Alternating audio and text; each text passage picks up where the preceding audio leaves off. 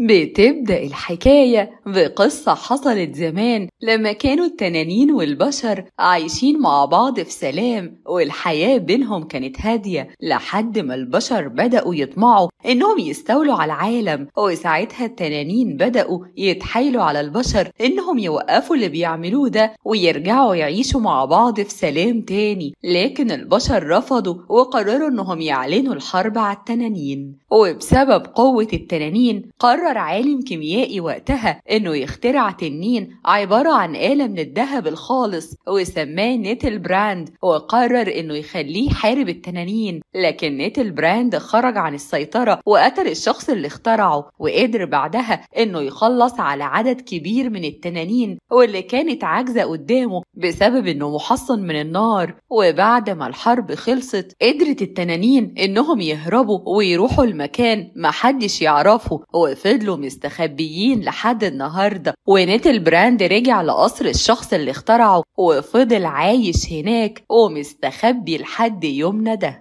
وعدت سنين كتير من وقتها وبقى البشر مسيطرين على الأرض والتنانين مستخبية ومحدش يعرف بوجودهم. وفي الوقت الحالي بنشوف تنين اسمه فاير دريك وهو معاه صديقته سوريل، واللي من مخلوقات اسمها شياطين الغابة، والاتنين بيكونوا بيتجسسوا على بابا فاير دريك واللي يعتبر هو رئيس القبيلة بتاعتهم. ولما بيقوله فاير انه عايز يبقى تنين قوي ويخرج نار زيهم بيقوله بابا يصبر شوية لأن دوره لسه مجاش، وبيعرفوا إن النار دي سلاح مش لعبة وإنه لازم يستنى الوقت المناسب اللي يخرج فيه نار. ولما بيمشوا بيفضل فاير دريك يقول إنه زعلان، لكن سوريل بتفضل تقوله يصبر وهي واثقة إنه هيكون تنين قوي وهيثبت لهم كلهم كده. بعدها بيروحوا يقعدوا مع تنانين تانيين كانوا عند بحيرة، وبيكون من ضمنهم تنين كبير في السن، وباقي التنانين عمالين يتريقوا عليه بسبب انه عجوز وما بقاش قادر يطلع نار زيهم. هو ساعتها بيتكلم معاه فاير شوية وبيعرف منه ان في مكان اسمه جنة التنانين موجودة في حدود السماء، وده مكان اسطوري بتعيش فيه التنانين بسلام وبعيد عن البشر وعن المشاكل بتاعتهم. وعلى طول بيمشي فاير وهو متحمس وبيتكلم مع سوريل انه عايز يروح يدور على جنة التنانين، فبتقوله ان ده مكان مستحيل يوصلوا له لان في تنانين كتير قبله حاولوا وما قدروش يوصلوا لحاجة. فبيقول لها انه هيكون اول واحد يوصل لها وهيخلي كل التنانين يعيشوا هناك بسلام من غير ما يكونوا خايفين من البشر. واثناء ما هم بيتكلموا بيسمعوا صوت عالي فبيجروا يشوفوا ايه ده، وبيعرفوا ان البشر شغالين وبيقطعوا الشجر بتاع الغابة في مكان قريب منهم. وعلى طول بيرجعوا وبيبلغوا باقي التنانين وبيعرفوا ان البشر فاضل لهم ايام قليلة ويقدروا يكونوا عندهم. علشان كده بيكون في اختلاف ما بين انهم يحاربوا وينتقموا من اللي حصل في اجدادهم زمان وبين انهم يستخبوا لحد ما البشر يعدوا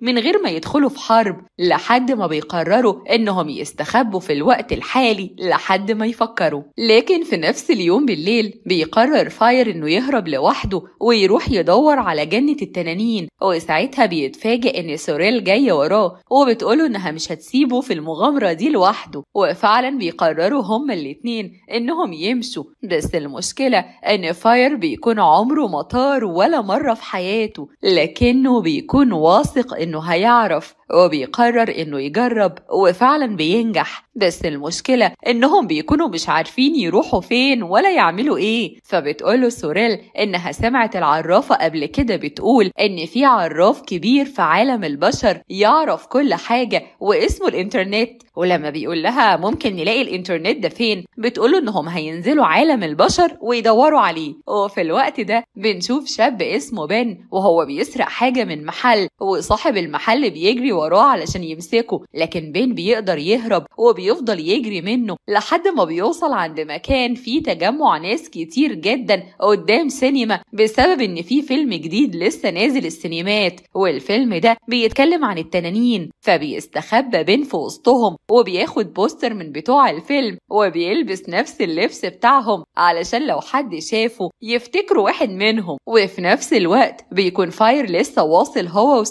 وسوريل بتقوله يستخبى في أي مكان لحد ما هي تتصرف، فبيدخل يستخبى في مكان وبالصدفة بيقابل بن وبيلاقيه لابس لبس بطل شكله غريب وماسك بوستر في ايده عليه صورة لشخص راكب تنين. وطبعا أول ما الاتنين بيشوفوا بعض بيبدأوا يصرخوا وكل واحد فيهم بيكون خايف من التاني، بس في الأول بيفضل بن يقول لنفسه إن ده أكيد لبس تنكري علشان الفيلم، بس لما بيقرب منه بيتفاجئ إنه تنين حقيقي وبيخاف أكتر لما بيلاقيه بيتكلم معاه. وساعتها بيسأله فاير على صورة الفيلم اللي في إيده، خصوصا إنه لابس نفس اللبس بتاع الصورة، فبيتوتر بن في الأول بس بعدها بيقوله إنه راكب تنانين محترف، يعني بيقدر يركب التنانين بمنتهى السهولة. وساعتها بيقوله فاير إنه عايزه يساعده علشان يوصل جنة التنانين. وطبعا بيكون بن مش فاهم حاجة لحد ما بيتفاجئ بصوت عربيات شرطة بره وبيفضل يقوله لازم نهرب من هنا. لكن في الوقت ده بتوصل سوريل وبتقول لفاير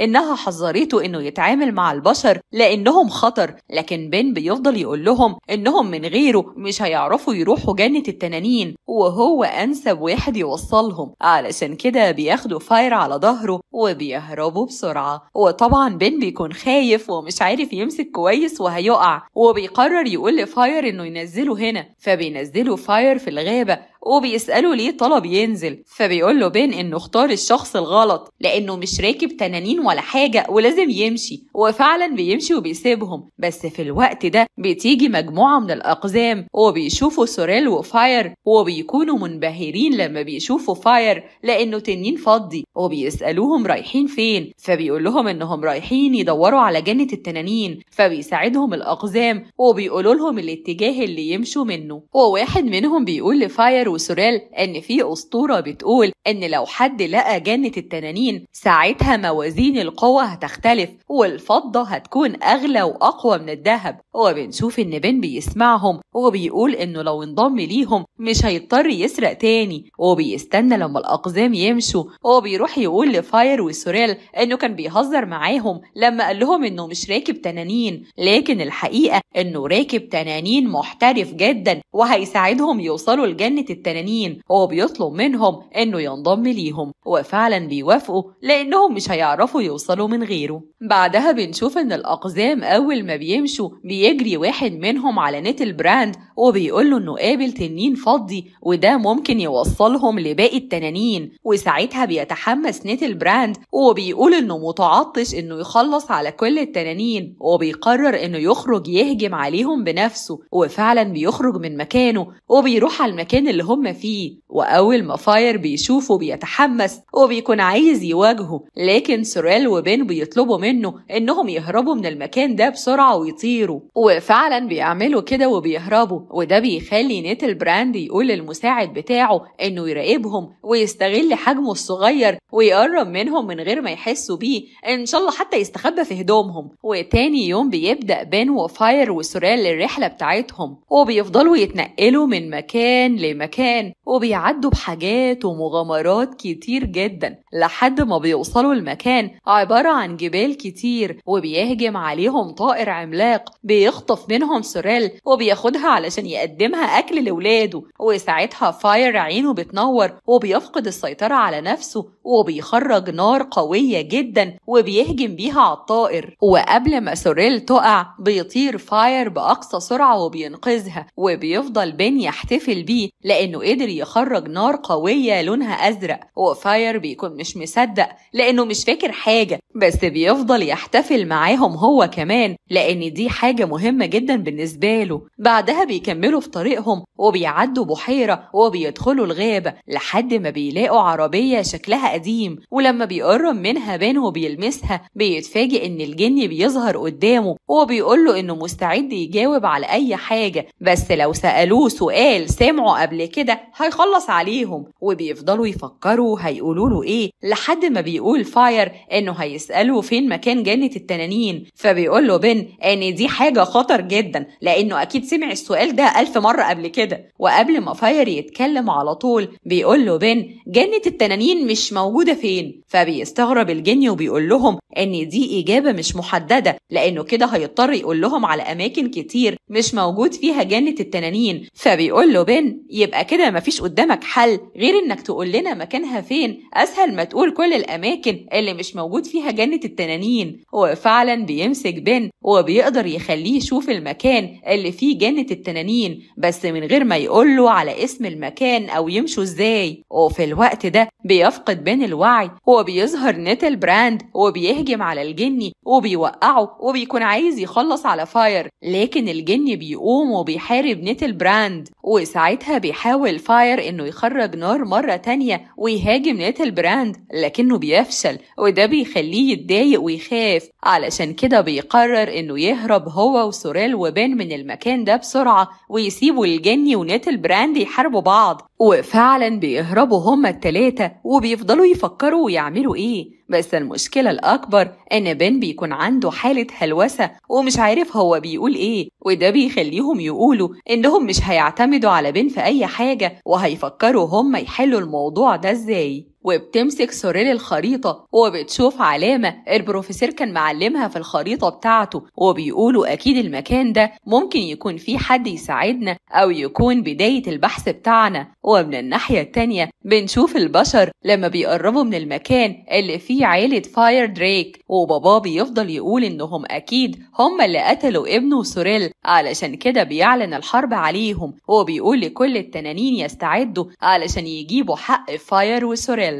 وفي الوقت ده بنشوف فاير وسوريل وبن لما بيوصلوا على المكان اللي على الخريطة واللي بيكون جزيرة في الهند، والناس هناك لما بيشوفوهم بيحتفلوا بيهم لأنهم بيفتكروا إن بن راكب تنانين حقيقي، وبيشوفوا إن ده تشريف كبير ليهم إنه جاي عندهم ومعاه تنين فضي. وبتيجي كبيرة القبيلة تقعد معاهم وبتوريهم معبد راكب التنين اللي كان واحد من الشعب بتاعهم ومات من فترة بعيدة جدا، وبتقول لهم إن المكان ده محمي بالسحر ومفيش أي قوة تقدر تقتحمه، وبتفضل تتكلم معاهم عن تاريخ البشر والتنانين لحد ما بيقرر بني يفتح الشنطة بتاعته وبيتفاجئ إن المساعد بتاع نيتل براند كان مستخبي في الشنطة طول الوقت اللي فات ده، وبيفضل يتحايل عليهم إن محدش يقتله وفي المقابل هيعمل لهم اللي هم عايزينه. ولما بيسألوه هو ماشي وراهم ليه بيحكي لهم على كل حاجة وبيقول لهم إن نيتل براند هو اللي بيدور عليهم، فبيطلبوا منه يتصل بيه فيديو كول ويقول له إنهم رايحين القطب الشمالي علشان يشتتوه ويعرفوا يكملوا الرحلة بتاعتهم. وفعلا بيعمل كده وبيتصل عليه وبيقول له إن قدامهم 18 يوم ويوصلوا القطب الشمالي، وبيعرفوا إنه لازم يكون هناك بعد 18 يوم بالظبط. وفي الأول نيتل براند بيقتنع وبيشكر المساعد بتاعه، لكن المشكلة إن في واحد بيدخل المعبد وبيقع منه إناء فبيخبط في الموبايل اللي في إيد المساعد وبيقع على الأرض،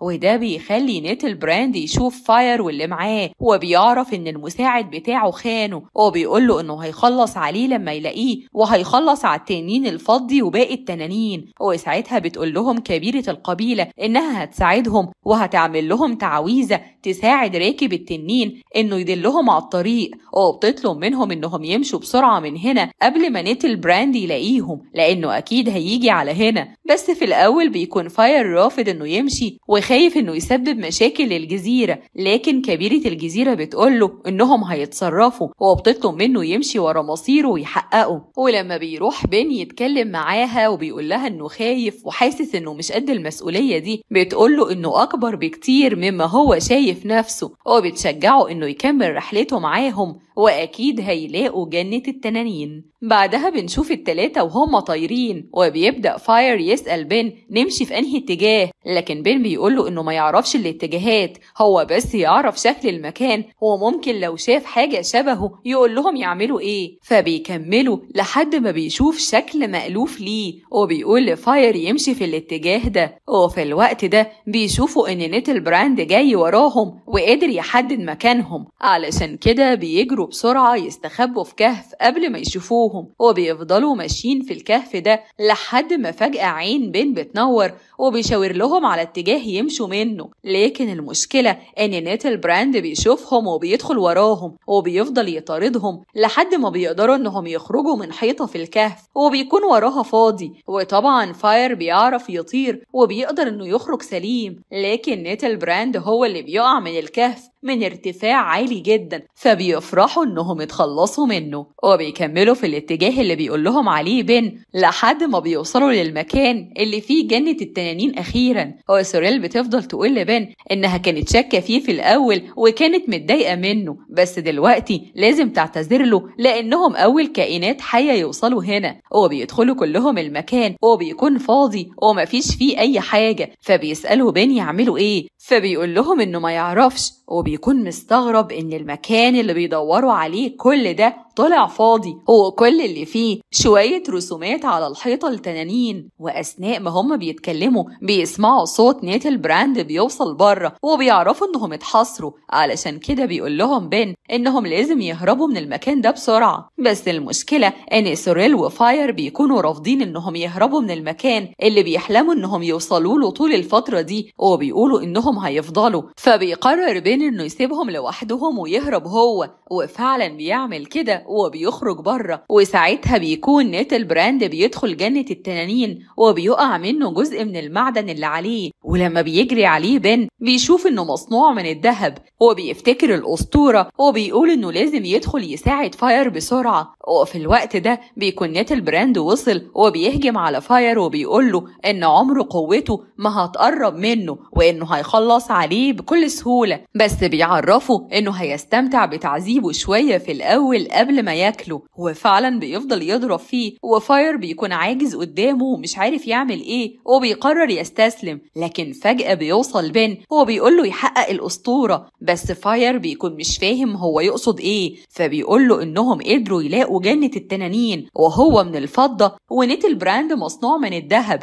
ولو الأسطورة صح فكده الفضة أقوى من الذهب. وبيفضل يطلب منه انه يؤمن بنفسه ويهجم على نيتل براند. لكن المشكلة ان فاير بيكون خايف ومش مصدق بن، بس بن بيفضل يكررها وبيطلب منه انه يهجم عليه لحد ما بيقرر نيتل براند انه ياكل بن علشان يبطل يتكلم مع فاير. وساعتها فاير عينه بتنور وبيخرج نار قوية جدا وبيفضل موجهة ناحية نيتل براند لحد ما بيسيح وبيختفي للأبد. وبعد ما بيطمنوا انهم خلاص خلصوا منه بيجري المساعد بتاعه وبيفضل يحتفل لانه اخيرا خلص منه ومن معاملته الوحشة اللي كان بيعاملوا بيها. وساعتها سوريل بتروح لبن وبتضربه وبتقوله انه خانهم وسابهم ومشي، بس بعد كده بتعتذر له وبتقوله انه شخص كويس علشان رجع تاني يساعدهم. والاتنين بيفضلوا يفكروا ايه ممكن يكون في المكان ده مميز علشان كده بقى اسمه جنة التنانين وبقى مكان أسطوري بالشكل ده، لحد ما بتشوف سوريل قطعة حديد من اللي وقعت لما نيتل براند ساح، وبتاخد بالها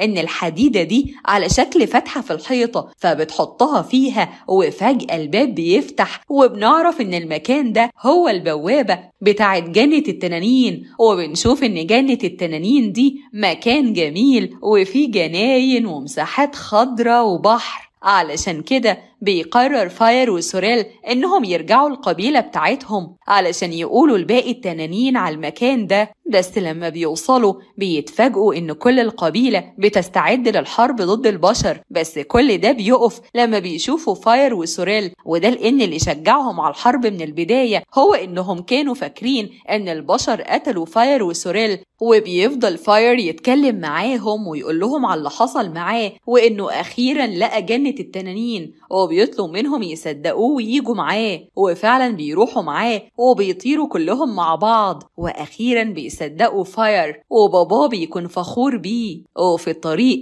بيشوفوا بان وبيسلموا عليه علشان يشكروه على كل اللي عملوا علشانهم وان لولاه ما كانش فيه اي حاجة هتحصل. وبكده بتكون خلصت حكاية النهاردة.